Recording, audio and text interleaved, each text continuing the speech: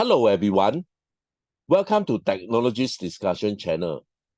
Today, I'd like to continue the discussion on LPWAN, which stands for Low Power Wide Area Network. This video, I'm going to concentrate on cellular IoT. Earlier on series discussion, from part 1 to part 4 of LPWAN, I mainly concentrate on LoRa and also 6-spot.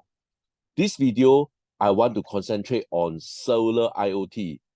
Under this cellular IoT, in fact, there are actually two types. One, NB-IoT, another one will be LTE-M, or also known as Cat NB1. This video, I'm going to discuss on the facts on NB-IoT. This will be the part 5 series discussion on LPWAN. If you're keen to know more about LPWAN, please take a look on the playlist under the description. Over there, you will find a series of discussion on LPWAN. So therefore, over this playlist, you will have some insight on LPWAN. This is my email. If you have any question regards on today's discussion, please drop me an email. Before I continue, I'd like to urge you guys to support this channel by pressing the like and also the subscribe button. Please also turn on your notification bell in order to receive more information from this channel. Once again, sincere thanks for your strong support. Okay, let's understand by doing a quick introduction of cellular LTE. Under this cellular LTE, as I mentioned earlier on, there are actually two types. One will be NB-IoT, another one will be LTE-M.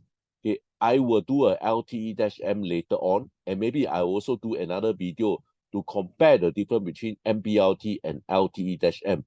But for this particular video, I'm going to concentrate on NB-IoT first. Narrowband NB-IoT, also known as LTE Cat NB1. Okay, so for this Cat NB1, which is actually under 3GPP release 13. And we also have this LTE Cat NB2, Narrowband 2, which is under 3GPP release 14. Okay, both of them are actually cellular LPWAN technology that use existing cellular network. Okay, for example, currently mainly on 2G or LTE mobile network, and in the very near future, this NB-IoT will use 5G, okay, for wireless machine-to-machine communication. Okay, so why NB-IoT is suddenly very exciting? Because under the 5G, okay, you actually see that NB-IoT is still relevant. So therefore, NB-IoT will be a very exciting LPWAN option for IoT application. NB-IoT is supported by 3GPP, which is also known as Third Generation Partnership Project, and also GSMA. Okay, so these two are the biggest telecommunications standard association that have the shared goal of advancing the interests of cellular network and device globally. Okay, so these two telecommunication standard, basically they take care of the interests of cellular network. Okay, for example, the mobile phone, everything, how does the mobile phone actually communicate for the base station, for example? All these are under 3GPP and GSMA. It is well supported by all major mobile equipment manufacturer, chipset manufacturer, and also module manufacturer.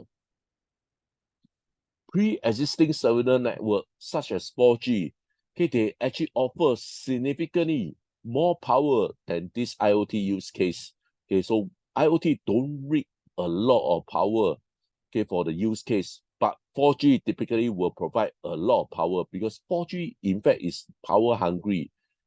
Furthermore, IoT application requires seamless coverage in remote environment where an optimized connection can drain the battery life and shorten the device lifespan. Okay, when we actually deploy IoT, okay, we actually want to deploy in a remote environment because when we deploy IoT, we want to do monitoring. If we are around the premises, why we need to bother to do monitoring? Because, okay, we want to do remote monitoring. So therefore, IoT typically will be deployed in a remote environment. And under this kind of 4G infrastructure, basically they will drain the battery life. and they will shorten the device lifespan. Okay, so just imagine your mobile phone. Okay, how long you need to charge your battery? Typically, almost every day, or maybe at the most 3 days, you need to do one charge. Okay, this kind of charging of battery, okay, is actually impossible for IoT use case. For IoT, they are actually deployed in a remote environment. Hence, we cannot afford to charge the battery or change the battery every 3 days.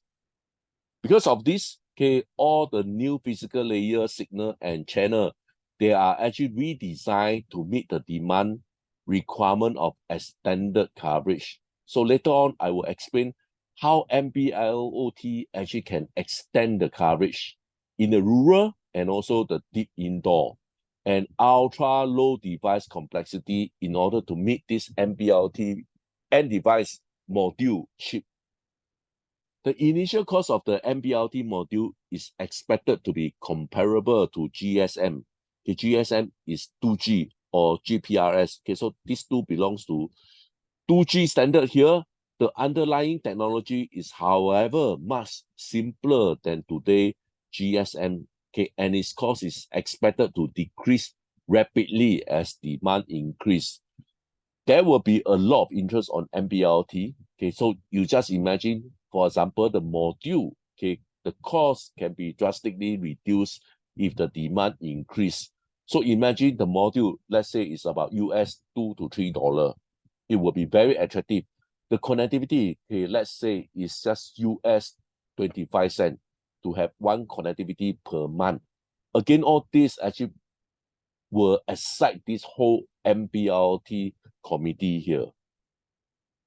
Okay, this diagram shows the cellular LTE roadmap over here. If you still remember, Sigfox first network is actually in 2012. And because of this, Sigfox and also LoRa, okay, therefore this 3GPP actually start to have this narrowband proposed. 3GPP actually study whether is it possible to have narrowband to counter the unlicensed LPWAN. That's how NB-IoT is created. Okay, so coming to this June 2015, this is actually the release 13. Okay, so the release 13 is to address the IoT market. And in 2017, okay, NB-IoT has a commercial rollout, okay, which means that the first deploy on NB-IoT happened in 2017. We will again take a closer look on this later on, okay, which is on the next few video, not this video for sure. So these are the three things that 3GPP release 13 want to address for the IoT market. So these are the three proposed changes. There will be one LTE-M, NB-IoT, and also ECGPRS. So what are all these? Okay, let's take a look on the next slides in order to understand better. Okay, so for 2G, 3G, 4G, you can see over here, okay, the key idea. Okay, so let's take a look. This is basically time. Over here is more bandwidth. Over here is lesser bandwidth. You can see that under 2G, 3G, and 4G, the motivation is to increase the bandwidth. When we actually increase the bandwidth, the data rate also increase. So this will be the motivation for 2G, 3G, and 4G. They only focus on increasing the amount of data. At release 13, a drastic change. Okay, you can see that besides increasing the data rate, okay, there's another part which is to reduce the data rate. When they actually reduce the data rate, they will have a longer range. And when they reduce the data rate, they also can afford to make the module cheaper. When they reduce the modulation rate also, okay, this can also save some power. Okay, so in short, for 5G, there are actually two frequency band. Okay, one is called the sub-6. I believe all these fall under the sub-6. Another band of 5G will be called a millimeter wave. Okay, so I believe all these is fall under millimeter wave. Under millimeter wave, they promise high throughput and low latency. Okay, so basically from 5G onwards, okay, I believe there will be two paths. One is to promise seamless data rate, low latency. Another path for 5G, okay, they actually guarantee longer range, save power, make it simple to reduce the cost. So these are the three changes that 3GPP actually proposed under release 13. LTE-M, okay, they actually occupy inside the LTE band, okay, which means that next picture, okay, so this is basically the LTE band. Okay, this LTE-M or Cat M1, they actually occupy a part of this LTE band here. Okay, so basically this is for the LTE-M. NB-IoT, they can be either inside the LTE band or the guard band. Okay, so for example, for this case here, so this is the whole of LTE band. NB-IoT can occupy a very small chunk of so-called spectrum, okay, under the LTE. Okay, so basically this band will be called the in band. NB-IoT is inside the in band of LTE. If not, okay, imagine that there's another LTE channel here. Okay, NB-IoT can be at the guard band. Okay, so this is what it means, at the guard band. And then next, okay, on the EC GSM IoT. Okay, so this EC GSM IoT is in fact very similar with NB-IoT, except they actually use 2G for communication. Okay, so again, let's take a look. Okay, so basically all these are NB-IoT, they have the same characteristics, except they actually occupy the frequency of 2G. Okay, so with this, I'd like to end my discussion. Okay, please help to like and subscribe. Once again, sincere thanks for your strong support. I hope to see you guys soon. Bye for now.